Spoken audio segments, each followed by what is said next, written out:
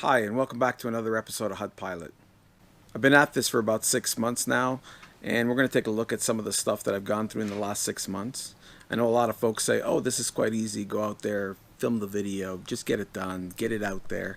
But I'm so OCD that all the editing and the time that goes into it takes quite a while for me. So stick around as we review 2019 and my last 6 months. I've already done the hard work, so all you got to do is sit back, relax, and enjoy a little. Oh, and I almost forgot. Don't forget to subscribe, don't forget to like, and don't forget to ring the little bell. That way you get notified of the other videos that come out. So where does Hud-Pilot come from? Well, a lot of aviators know that HUD stands for Heads Up Display. In my case, it stands for How Are You Doing? When I was growing up, my uncles would always ask, or a friend would always ask, it's like, how you doing with that flying thing? Or how you doing with that piloting stuff? So I decided to call my channel Hud-Pilot. So how you doing? I could see it now, all the Italians coming out from all over the place. Hey, oh, he's Italian. Hey, wow, he can fly a plane. What's going on? Editing. Man, this is hard. I thought it'd be really easy. Watching people make YouTube videos about making YouTube videos, telling us, get out there, do it. Yeah, it's fun, it's quite exciting. But I sit down at a computer and it's time to edit, and it takes forever for me to edit. So I may film something, in an hour and a half, and then take a week, almost 2 weeks sometimes, to edit it. I am getting better at this, though. I'm trying to figure out what to leave out, what to put in. And a lot of times I watch videos on how to edit. So I spend a lot more time watching videos on how to do something than actually doing something. But it's all been good.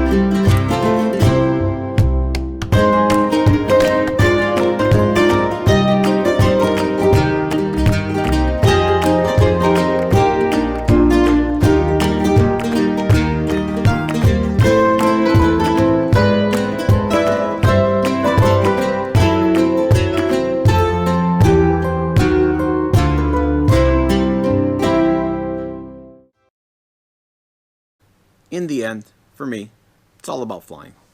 And what happens in flying? Takeoffs and landings. Sometimes you have to abort once in a while.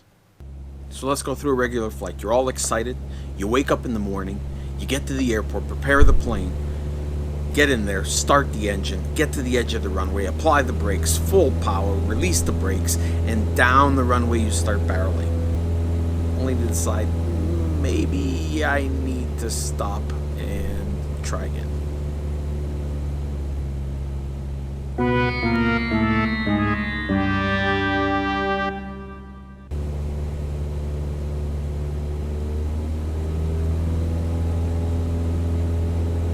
So you go around the second time.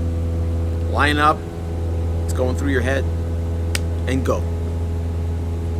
Nope.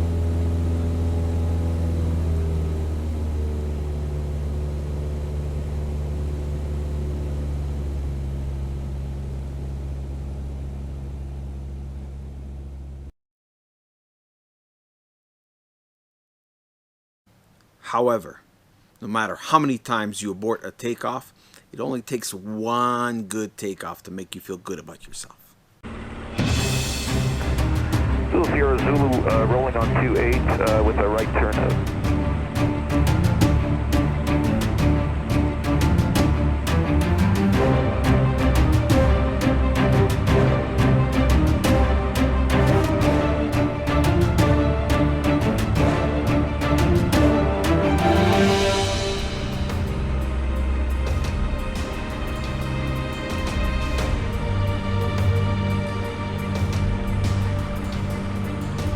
Papa November Romeo, you can plan this one to be the last one. The F-18 is coming in, and we'll be doing a few exercises overhead the airport. Yankee Hotel X-ray, so you're passing altitude. 4,200. Yankee Hotel X-ray, Roger. When you're ready, a right turn out for the lock-in road climb to 5,500.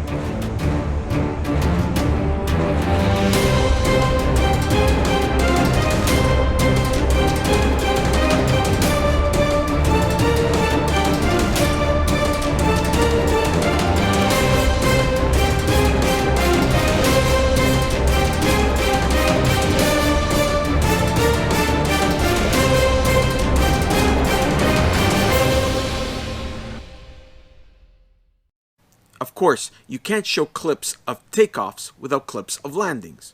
They're not always perfect landings, but they are always fun.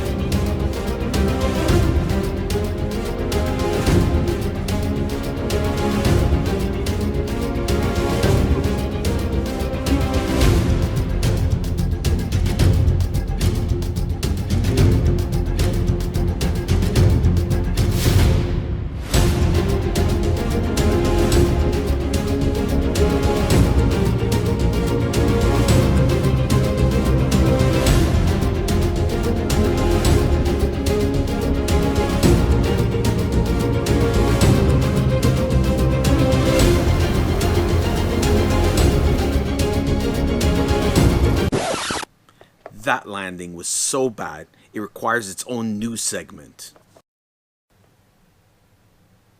Okay, so is the globe behind me spinning yet? It is? Okay. Can I get some music? That's good. How about the little words down at the bottom somewhere? Can we do that? Yeah? Yeah. Okay, let's do this.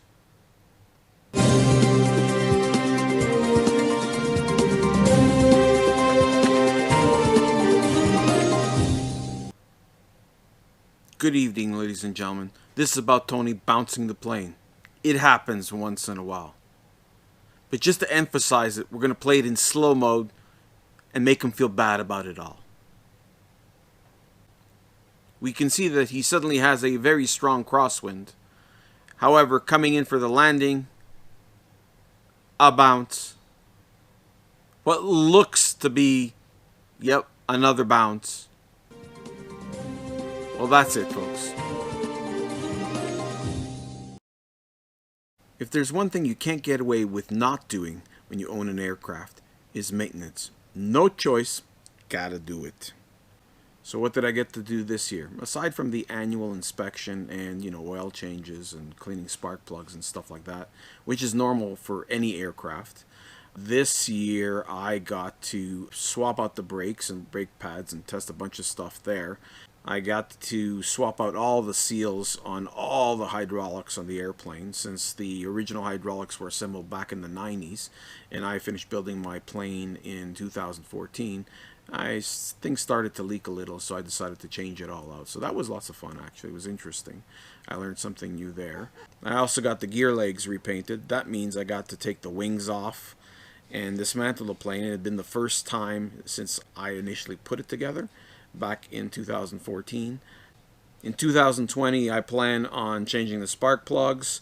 I plan on changing a few hydraulic lines that I don't like the way they look. And who knows, I may add a little more color onto the outside of the plane. And finally, air shows.